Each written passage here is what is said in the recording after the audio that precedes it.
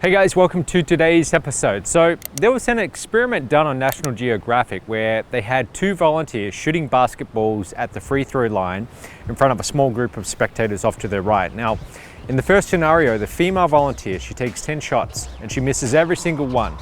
They then blindfold her, and with the crowd watching just off to the side, they're all in on the experiment, she takes 2 shots and misses blindfolded, but the crowd goes wild each time as if she's made the shot. So then they take the blindfold off, and with a newfound confidence, they have her attempt those 10 shots again.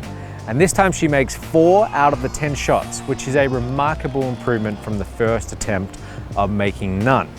Now in the second scenario, a man who's actually really good at basketball, he makes 9 out of the 10 shots with no crowd present. So they then blindfold him, they bring in the crowd off to his right, and they're not exactly supportive. There's some disappointed and doubtful sounds from the crowd each time he makes the shot blindfolded, and they're kind of booing and jeering each time he misses. So then they take the blindfold off, and the crowd and the host, they continue with these kind of negative, unsupportive reactions as he attempts to make those 10 shots again. And he can't sink a single one. So he goes from 9 out of 10 to nothing. Now there's been countless behavioral experiments done like this over the years, and they all point to the same conclusion. External positive and negative reinforcement makes an enormous difference to our performance.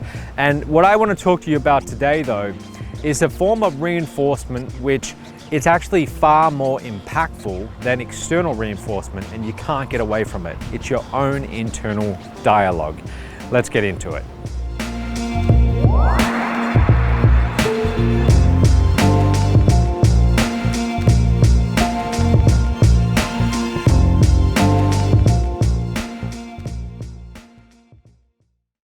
So we tend to think in words as if we are speaking to ourselves, and one of the fundamental differences between people who are incredibly successful and those who aren't is whether that voice that we have just constantly going on whenever we're awake, is it supporting us or is it hindering us? I remember hearing a story about Kanye West, and this writer had visited his home to interview him. So he walks inside of this big mansion, goes into his living room, and on the wall in this massive portrait, there's this enormous painting of Kanye West. And the writer asked him, Kanye, why do you have this giant picture of you on your own wall? And Kanye says, I gotta cheer for me before anyone else can cheer for me, right? So regardless of what you think of this guy, there's wisdom in that way of thinking. Do you ever stop and think about your own internal dialogue and question, is it cheering for me? Do you ever ask yourself that question? Is it cheering for me or is it pulling me down? A good internal dialogue, it's going to motivate you, it's going to encourage you. It, really you, will build yourself up. It will say things like, you've got this, you're stronger than this challenge, you can win this. Now, if you look at professional athletes, the one thing that the majority of them all have in common is their self-talk. It's really positive. There was this documentary made about athletes in the NFL and how they talk to themselves, but out loud, because often there's a mic on, and sometimes these guys, they're actually saying what's going on in their head out loud, and it's fascinating to listen to. See a lot, see a little, baby. Let's go. Stay active. Hands and feet. Be a pass rusher. Make plays. That's something that gets me going, talking to myself, getting myself mentally prepared for the task at hand. We're talking about top 5. No. Number 1. That's what I want to be. So go out and prove it. Go show the world what you got, what you can do. One of the main reasons why I talk to myself is that I hear a voice. Make them adjust to my game. Telling me something to focus on. Smart, focus, footwork, all must be on point. I know I'm the greatest. I know I'm gonna be the greatest. Can't think about it too much. Now, do you notice how they're always building themselves up? Their internal dialogue, it's always uplifting. They're always pushing themselves to perform at the very best, encouraging themselves. Now imagine if instead their self-talk for years had been, you don't belong here, you're not good enough, the opponent is bigger and stronger than you, you don't stand a chance. They would lose the game before it even started. They wouldn't even have made it to the NFL. The majority of the time, no star athlete is going to talk to themselves like that. And yet, that's exactly what most people do in their lives. Most people's internal dialogue, it's extremely critical. It creates doubt, it causes them to not even want to try, and at its very worst, an extremely negative inner dialogue can lead a person to taking their own life. That is how powerful this voice can be. I still remember years ago hearing about the actor Robin Williams and how he had ended his own life. And like most people, I was really surprised because on the surface, he seemed so happy and vibrant and full of life.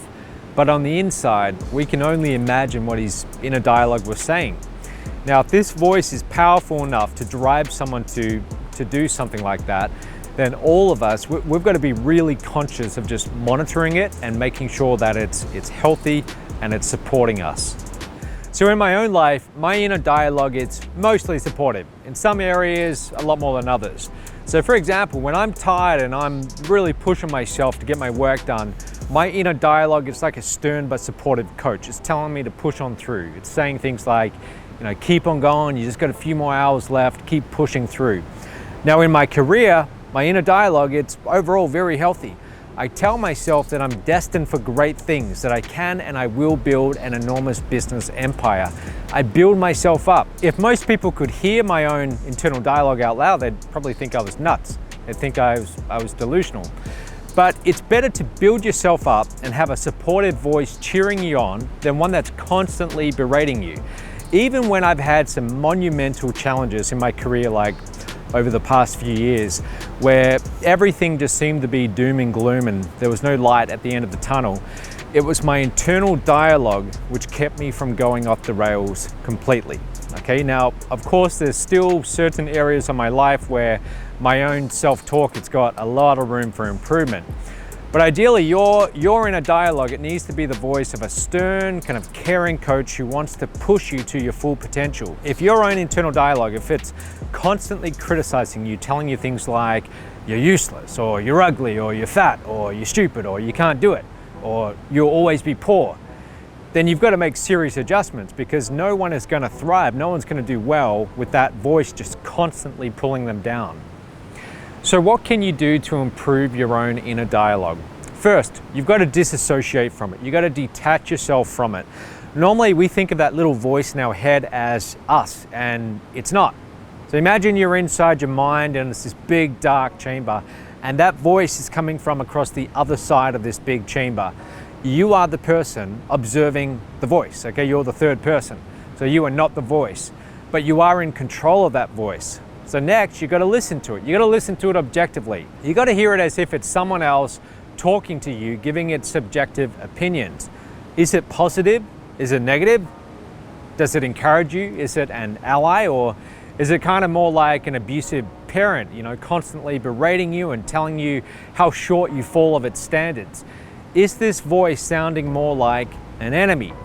A useful exercise is to write down all of your thoughts. And I challenge you to do this. It's a little bit tedious, but if you can do this, it will be extremely valuable to changing that negative self-talk. So what you do is just keep a notepad next to you and just do this for 3 hours.